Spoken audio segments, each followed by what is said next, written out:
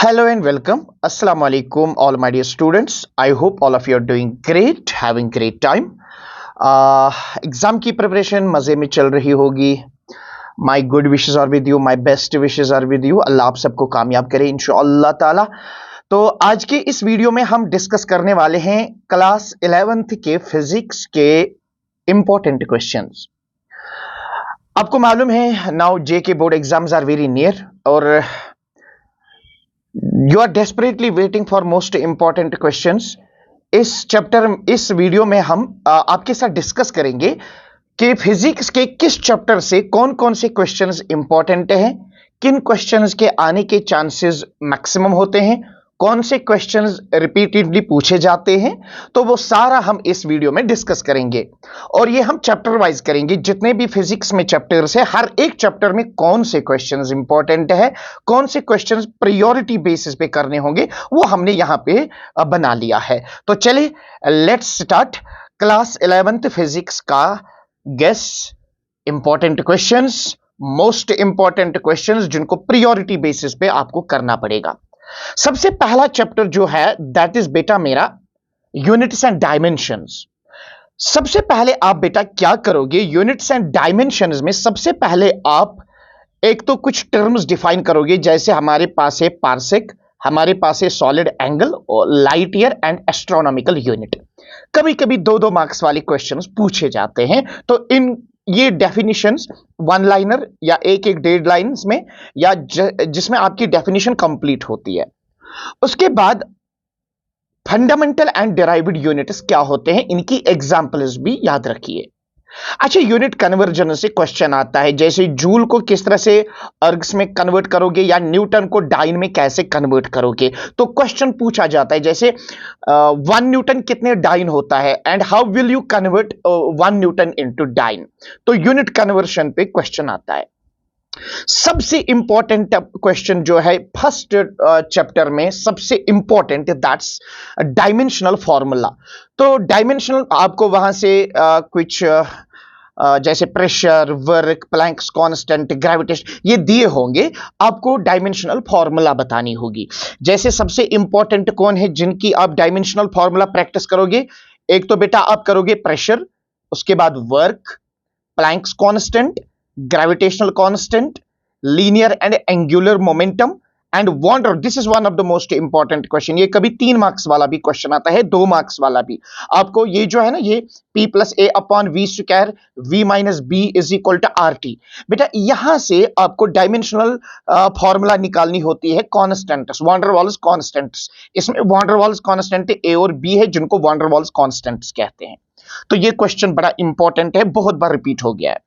इसी तरह से आप बेटा टाइम पीरियड और इसकी डेरिवेशन करोगे. T is equal to 2 pi root of L upon G simple pendulum की एक टाइम पीरियड इक्वेशन है. इसकी डेरिवेशन आती है on the basis of dimensional analysis. ठीक है. और सबसे लास्ट इसमें आप करोगे principle of homogeneity of dimensions and it's applications. ठीक. उसके बाद दूसरा चैप्टर है दैट इज बेटा काइनेमैटिक्स. अब काइनेमैटिक्स में सबसे पहले आप करोगे डेरिवेशन कुछ इंपॉर्टेंट इक्वेशंस ऑफ मोशन की. जैसे आपके पास है v is equal to U plus A T, S is equal to U T plus 1/2 of A T square. So these are one of the most important equations, ये अक्सर पूछी जाती है.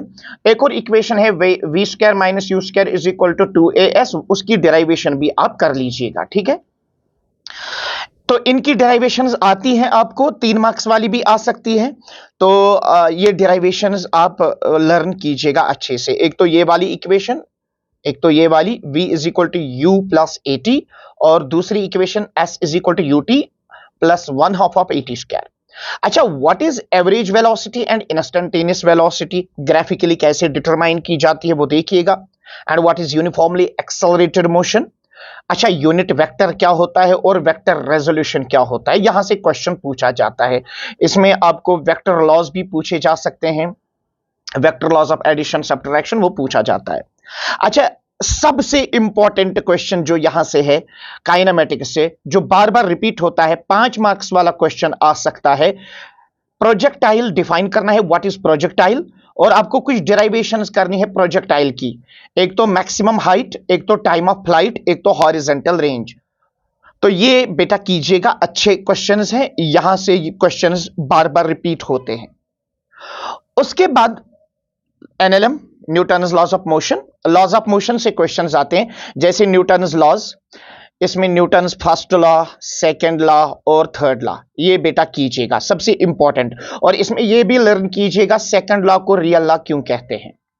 उसके बाद एक और इंपॉर्टेंट क्वेश्चन जो रिपीट हो चुका है बार बार, law of conservation of linear momentum, ये वाला law of conservation of linear momentum. और फ्रिक्शन से क्वेश्चन, ये डेफिनेशंस कीजिएगा और इक्वेशंस। फ्रिक्शन क्या है, स्टैटिक फ्रिक्शन और limiting friction. Centripetal force, this is one of the most important question, आता है यहां से। सेंट्रिपिटल फोर्स क्या होता है और इसकी derivation, F C is equal to M V square upon R. तो ये आता है ये क्वेश्चन, और इसकी डेरिवेशन भी आती है, सेंट्रिपिटल फोर्स। इसमें एक और इंपॉर्टेंट क्वेश्चन है, banking of roads, derivation for angle of banking on a curved road. ये बहुत बार रिपीट हो चुका है। और इसमें से कुछ इंपॉर्टेंट छोटी छोटी दो दो लाइन्स आप याद कीजिए, दो दो मार्क्स वाली आ सकती है। सेकंड लॉ को रियल लॉ क्यों कहते हैं, यानी सेकंड लॉ ऑफ मोशन को, न्यूटन ने सेकंड लॉ ऑफ मोशन को रियल लॉ क्यों कहते हैं। अच्छा, फ्रिक्शन इज नेसेसरी इविल, इसको आप एक्सप्लेन कीजिएगा क्यों। Why curved roads are banked, why are curved roads banked, ये आप कीजिएगा, अच्छे क्वेश्चन है। इसका आंसर यहां से निकलेगा, बैंकिंग ऑफ रोड से ही, एंगल ऑफ बैंकिंग से। अच्छा, define impulse and rolling friction. Impulse क्या होता है, डेफिनेशन आ सकती है, and what is rolling friction. ना उसके बाद वर्क पावर एनर्जी, इसमें सबसे पहले करोगे आप what are conservative and non conservative forces. Work energy theorem most important, ये बहुत बार रिपीट हो गया है। अच्छा, इलास्टिक एंड इनलास्टिक कोलिजन, बहुत ही important questions. Define work and power, work क्या होता है, पावर क्या होता है, इनकी इक्वेशंस, इनके यूनिट्स, इनकी डायमेंशनल फॉर्मूला, ये कीजिएगा। अच्छा, उसके बाद फिफ्थ क्वेश्चन है positive, negative and zero work done with examples. So what is positive work done, what is negative work done and what is zero, यानी कब जीरो वर्क डन आप कहोगे, वर्क डन इज जीरो, कब work done आप positive मान लोगे, work done negative. और उसके बाद बेटा एक और लास्ट वाला क्वेश्चन है 6 इस वर्क पावर एनर्जी में, that is potential energy of spring. ठीक है, वर्क पावर एनर्जी के बाद हमारे पास एक और चैप्टर है, दैट इज रोटेशनल मोशन। इसमें क्या क्या क्वेश्चंस इंपॉर्टेंट है जिनको प्रायोरिटी बेसिस पे आपको करना पड़ेगा। प्रायोरिटी बेसिस पे, एक सेकेंड बेटा, प्रायोरिटी बेसिस पे आपको क्या करना पड़ेगा, just have a look, just wait a second. तो उसमें सबसे पहला क्वेश्चन है that is moment of inertia और इसकी थ्योरम्स। वैसे मोमेंट ऑफ इनर्शिया कीजिएगा बस। सेंटर ऑफ मास क्या होता है, expression for position vector of centre of mass of two particle system, दो पार्टिकल सिस्टम में पोजीशन वेक्टर, उसका सेंटर ऑफ मास। उसके बाद बेटा रेडियस ऑफ गायरेशन, यहां से सवाल आता है, what is angular momentum and conservation of angular momentum. उसके बाद टॉर्क भी, उसके बाद centre of mass of rigid body and uniform rod. बस ये 5 क्वेश्चन इसमें कीजिएगा, सफिशिएंट है। यहां से क्वेश्चंस जो मैंने दिए हैं ये सबसे रिपीटेड क्वेश्चंस है जो बार बार पूछे गए हैं। उसके बाद एक और चैप्टर है दैट इज ग्रेविटेशन। ग्रेविटेशन से कुछ क्वेश्चंस करोगे, और जो सबसे टॉप क्वेश्चन है इसमें एक तो है बेटा escape velocity and orbital velocity. Escape velocity की इक्वेशन, डेरिवेशन, ऑर्बिटल वेलोसिटी इसकी इक्वेशन और डेरिवेशन। केपलर्स लॉज, यहां से क्वेश्चन आता है, और इसमें Newton's laws of gravitation from Kepler's law कभी पूछा जाता है। आपको मान लीजिए केपलर्स लॉ पे बताया जाएगा कि derive Newton's laws of gravitation from Kepler's law, तो यहां से क्वेश्चन आता है। अच्छा, define acceleration due to gravity, how it varies with height and depth. सबको मालूम है acceleration due to gravity G, और अगर आप कुछ हाइट पे जाएंगे और जितना आप ऊपर जाएंगे जी का वैल्यू चेंज होता जाता है, अगर आप डेप्थ में जाएंगे तो जी का वैल्यू जो है वो चेंज हो जाएगा। आपको कभी क्वेश्चन पूछा जाता है कि what is acceleration due to gravity, और ये भी पूछा जाता है how the value of g, gravity, acceleration due to gravity जो है ये कैसे चेंज होती है जब आप जाओगे above the surface of earth at some height, या depth of earth from the surface, कैसे ये वैरी होता है। अच्छा, ग्रेविटेशनल पोटेंशियल एनर्जी, इसकी equation define it is gravitational potential, sorry it is gravitational potential, gravitational potential भी पूछा जाता है। उसके बाद बल्क प्रॉपर्टीज ऑफ मैटर, एक और क्वेश्चन, एक और चैप्टर है। इस चैप्टर में से एक तो करेंगे आप हुक्स लॉ और पॉइजनस रेशियो, टर्मिनल वेलोसिटी और इसकी डेरिवेशन पूछी गई है, विस्कोसिटी एंड स्टोक्स लॉ पूछा गया है, Pascal's law and Bernoulli's theorem, यहां से भी क्वेश्चन पूछे, क्योंकि ये बड़ा चैप्टर है, इसका वेटेज भी अच्छा है, इसीलिए इसमें कुछ क्वेश्चन ज्यादा है। अच्छा, स्ट्रीमलाइन एंड टर्बुलेंट फ्लो क्या होता है, सरफेस टेंशन और इसकी एप्लीकेशंस, कैपिलैरिटी और इसकी डेरिवेशन बहुत important, Newton's law of cooling, Wien's displacement law, यहां से क्वेश्चन आता है, एंड कैलोरीमेट्री और इसका प्रिंसिपल, और लास्ट में मोड्स ऑफ हीट ट्रांसफर, आपको क्वेश्चन आ जाएगा हीट ट्रांसफर क्या होता है, what are the different modes of heat transfer, जिसमें आप एक तो कंडक्शन पढ़ते हो, एक तो कन्वेक्शन पढ़ते हो और एक तो रेडिएशन, और ये कभी कभी पूछा जाता है। ठीक है, थर्मोडायनेमिक्स, इसमें तो सबसे पहले करोगे फर्स्ट लॉ ऑफ थर्मोडायनेमिक्स और इसका मैथमेटिकल इक्वेशन और limitation, zeroth law of thermodynamics, और zeroth law of thermodynamics define temperature करता है, तो वो पूछा जा सकता है। Statements of second law of thermodynamics, Planck's, Kelvin और क्लॉसियस, याद रखिएगा।